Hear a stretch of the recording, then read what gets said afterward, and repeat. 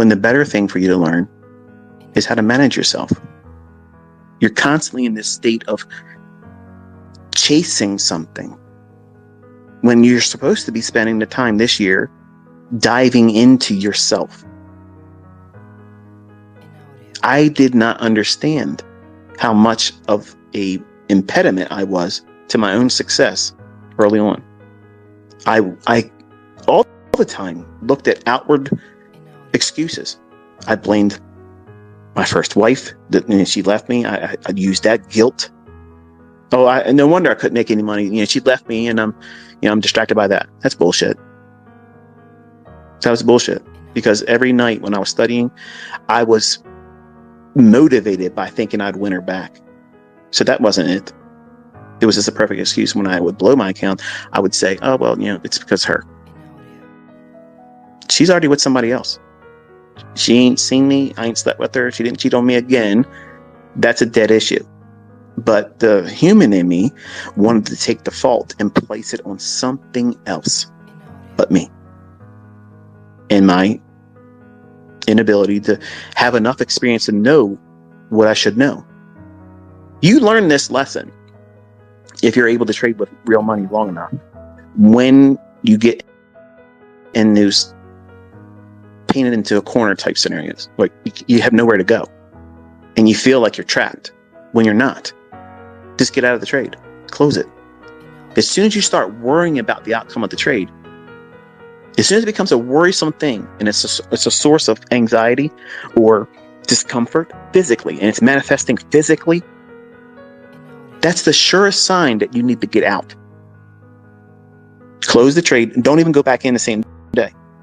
And have no regrets about that. There's nothing wrong with that. But everybody on social media will fucking tell you you're weak.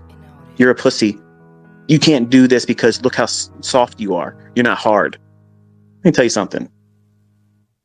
You can go real hard into the poorhouse, trying to overdo something. And you're insisting you're going to be your way. And you lose sight of what it is you're supposed to be doing. You're there to make money. You're not there to win friends and influence people. When you look at social media, that's what trading is. Get more followers, get more likes, get worshipped. He's got more comments in the section of his videos than I do. He's got more followers than me. When real traders, like real people that do this and do it well, that's the focus. That's it. I don't want to see your glad-handing comments. I don't care if you like my posts. I'm going to still do them. I don't care if you stay in the whole Twitter space and leave early or say I talk on about dumb shit. I don't give a fuck. I mute you or block you. That's the way it is. I don't need to see your bullshit. But you can't do that with your own trades. That's the wrestling point that I want you to understand. When the market is not doing something that you wanted or expected it to do and you're in a trade, you have to make a decision. You're at a crossroads. What do you do? What are you going to do? What is the process that you are always going to go through? First rule. Am I physically feeling discomforted by this? Is it physically affecting me? Because I'm going to tell you something. I'm 50. I have, when I was 36, what was it? 2009, March 9th, 2009, I wrecked that bike. It was like 2012. Yeah, 2012. I was trading and I got into a trade that really wasn't that big. But then I started worrying about the outcome of it. And it was not even that big of a deal. And I tried to close the trade and it wouldn't take my order. So immediately, my left side of my face got numb, started tingling. And I'm like, oh shit, that's weird. And I felt like my left eye was like if you put your finger on your outside edge of where your eye meets your eyelashes, I guess, at the end of your eyebrow. It felt like someone had their fingertip right there and just slightly just pulling it away from the corner of my eye. And it was all tingling. And I'm thinking to myself, what the hell is that? And it felt like it was moving down into the corner of my lip, all on the left-hand side. And the more I thought about it, and the more I started thinking about, oh no, is this a stroke? Because my father has had multiple strokes. His father literally died from a stroke when my father went to jail. He got arrested and he's serving 2 consecutive life sentences plus 20 years. And then I don't know how many years he got for breaking out of the Maryland penitentiary in 80 something, whatever it was. But when they showed the newspaper of my dad being arrested for contract murder, my grandfather saw the paper and his head just slumped over, done, just like that. Stroke just took him out real quick, boom.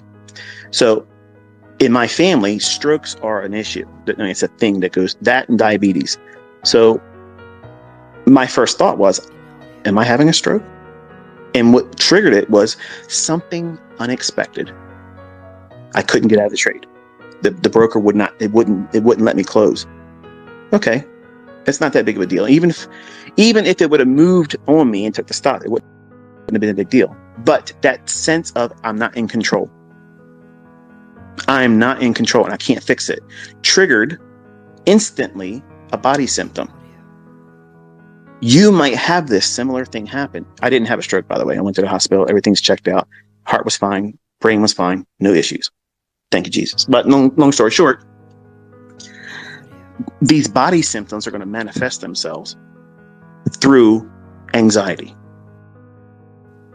Fear, depression, and anxiety. Those 3 triggers are going to cause you to have irrational fear, uncontrollable fear, and sometimes fear so gripping and terrifying that you're convinced that you're about to die. Now, how are you going to be able to navigate the marketplace if that happens to you? If you feel that sense of impending doom and any time you're dropping dead. Like when I was feeling that, I was like, how embarrassing would it be if my wife finds me laying here dead? Like, that's embarrassing. And that caused more anxiety. Like, what the fuck? If I'm dead, I'm going to worry about it, right? But that's irrational thoughts. And when you get caught up in that state of panic, because the market's not doing what you want to do, you're going to think irrationally.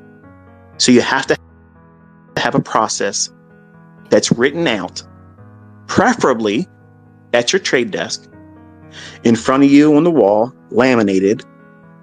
If shit goes upside down, do this. My protocol is this. Take something off. Does it subside? If it doesn't, take more off. If it doesn't work, take it down to the smallest position size, which is what I did today. If that doesn't subside it, then you close the trade and have no regrets about it and be done. Who gives a shit if it goes up parabolic or drops, parabolic? Who cares? You have to be balanced. And that sounds crazy coming from me because I'm not chemically balanced. But listen, I know my shit, okay? I know what is going to be the barriers for you.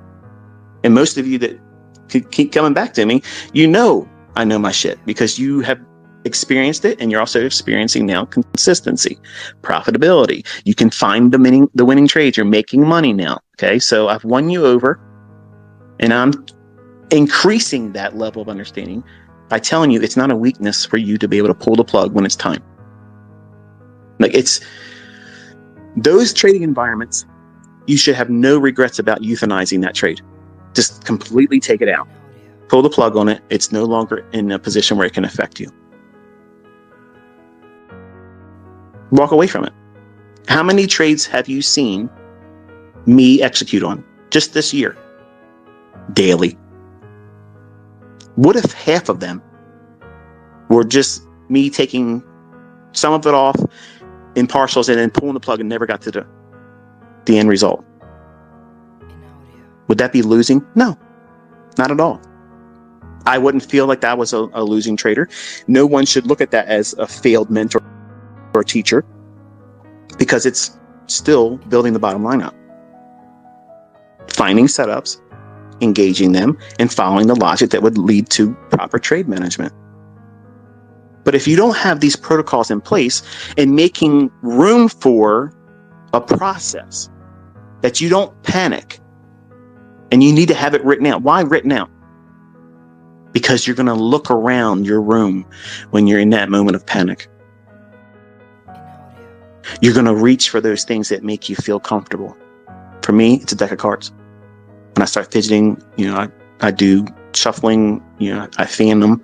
I deal them like I deal 21 hands to myself and a hand in front of me, and I play 21. I distract myself when I'm feeling that.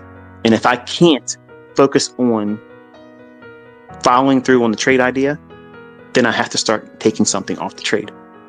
These little fidget spinners, I have a couple of them. As soon as you start spinning that thing, and you feel like you want to spin it faster than you ever spun it before, it's telling you something. That's a manifestation physically that you're trying to do what? You're trying to exert your will on something other than the market who's right now ignoring you. You want that market to bend to your will. It's not going to fucking bend to your will. So stop thinking that. You must bend to its will. And everybody on social media is trying to communicate that they don't ever have that problem. And that is horse shit. That's bullshit. That's why you do not see them consistently. That's why you see them hiding shit. Deleting their streams when they lose. Not updating their MyFX book. That shit is showing you that they're wrestling with things.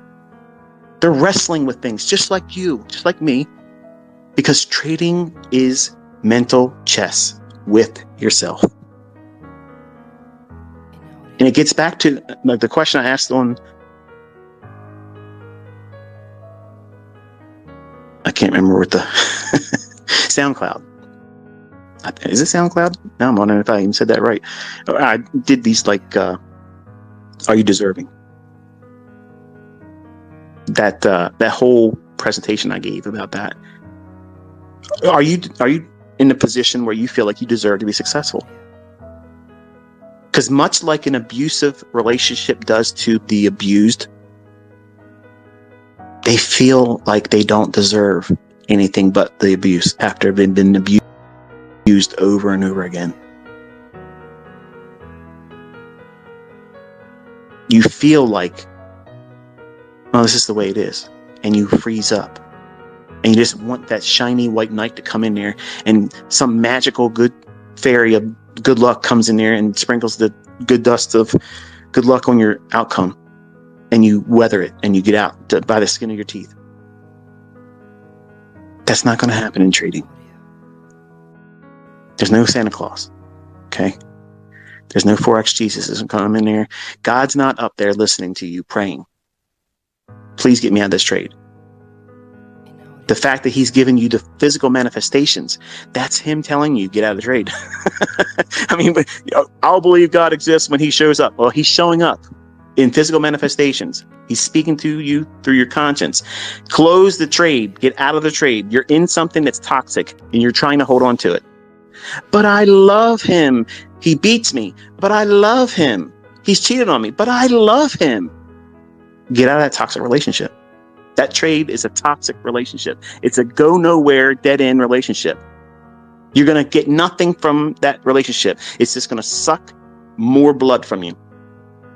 And it's going to make you feel drained. And you're not going to be able to be energetic to take the next good trade that forms, because you are now further abused and damaged. You're damaged goods now. So tomorrow when the market sets up a beautiful setup, because you wrestled, which you felt like it was, this is the right thing to do. I'm doing the right thing. I'm sticking to my guns. I'm going to go out with everything, and I'm fighting hard for this trade to work out because I need to feel like I'm going to be accomplished and successful. And you're doing everything wrong.